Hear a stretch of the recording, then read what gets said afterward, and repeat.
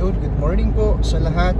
On the way po tayo ngayon sa location ng Beyond Call of Duty, directed by Jose J.R. Olinares.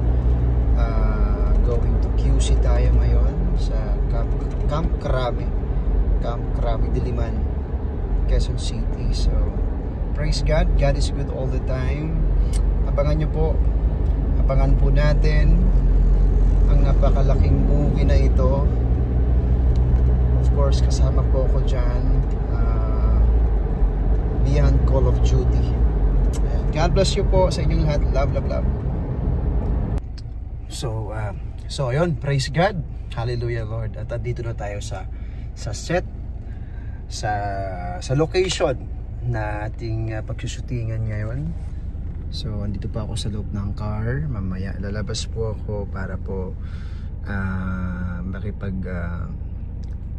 kamustahan muna sa director, especially sa mga staff, crew, ayan, saka sa mga kapwa ko artista. God bless po sa inyong lahat. See you.